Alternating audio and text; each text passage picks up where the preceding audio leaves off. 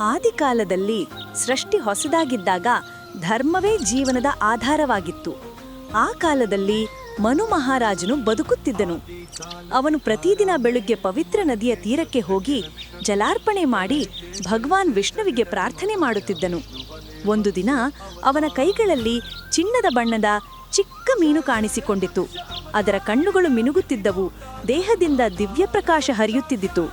ಆ ಮೀನು ಮೃದುವಾಗಿ ಹೇಳಿತು, ರಾಜನೇ, ನನ್ನ ರಕ್ಷಣೆಯನ್ನೂ ಮಾಡಿ.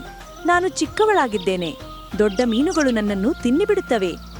ಮನು ದಯೆಯಿಂದ ಆ ಮೀನುವನ್ನು ರಕ್ಷಿಸಿದನು. ಮೊದಲು ಕಳಸಿಯಲ್ಲಿಟ್ಟನು, ನಂತರ ಕೆರೆಯಲ್ಲಿ, ಬಳಿಕ ಸರೋವರದಲ್ಲಿ. ಆದರೆ ಅದು ಬೆಳೆಯುತ್ತಿದ್ದೇ ಹೋಯಿತು. ಕೊನೆಗೆ ನದಿಯನ್ನೇ ತುಂಬಿತು. ಆಗ ಇದು ತನ್ನ ನಿಜ ಸ್ವರೂಪವನ್ನು ತೋರಿಸಿತು. ಅದು ವಿಷ್ಣುವೇ, ಲೋಕದ ಪಾಲಕ. ಅವರು ಹೇಳಿದರು, ಮನುವೇ, ಶೀಘ್ರದಲ್ಲೇ ಮಹಾಪ್ರಳಯ ಬರಲಿದೆ. ನೀನು ಒಂದು ಮಹಾನೌಕೆ ನಿರ್ಮಿಸು. ಋಷಿಗಳನ್ನು, ಪ್ರಾಣಿಗಳ ಜೋಡಿಗಳನ್ನು, ಜೀವನದ ಬೀಜಗಳನ್ನು ಮತ್ತು ಮುಖ್ಯವಾಗಿ ವೇದಗಳನ್ನು ರಕ್ಷಿಸು. ನಾನು ನಿನ್ನನ್ನು ಮಾರ್ಗದರ್ಶನ ಮಾಡುತ್ತೇನೆ.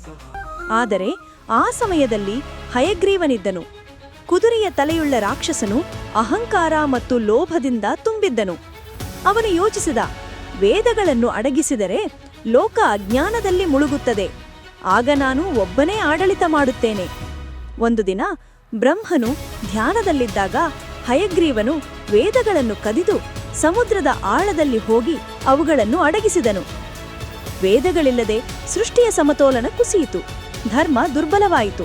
ಆಕಾಶ ಛಿದ್ರವಾಯಿತು. ಮಳೆಯು ಧಾರಾಕಾರವಾಗಿ ಸುರಿಯಿತು. ನದಿಗಳು ಉಕ್ಕಿದವು. ಪರ್ವತಗಳು ಮುಳುಗಿದವು.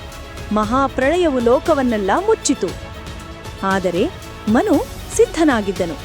ಅವನ ನೌಕೆಯಲ್ಲಿ ಋಷಿಗಳು, ಪ್ರಾಣಿಗಳ ಜೋಡಿಗಳು ಮತ್ತು ಜೀವನದ ಬೀಜಗಳು ಸುರಕ್ಷಿತವಾಗಿದ್ದವು. ಮುಂದೆ ಭಗವಾನ್ ವಿಷ್ಣು ಮತ್ಸ್ಯರೂಪದಲ್ಲಿ ಚಿನ್ನದ ಶೃಂಗದಿಂದ ನೌಕೆಯನ್ನು ಎಳೆಯುತ್ತಿದ್ದನು. ಆದರೆ ಸಮುದ್ರದ ಆಳದಲ್ಲಿ ಹಯಗ್ರೀವನು ವೇದಗಳನ್ನು ಹಿಡಿದುಕೊಂಡಿದ್ದನು. ಅಲ್ಲಿ ಆರಂಭವಾಯಿತು ದೇವಾಸುರ ಯುದ್ಧ, ಜ್ಞಾನ ಮತ್ತು ಅಜ್ಞಾನಗಳ ಸಮರ.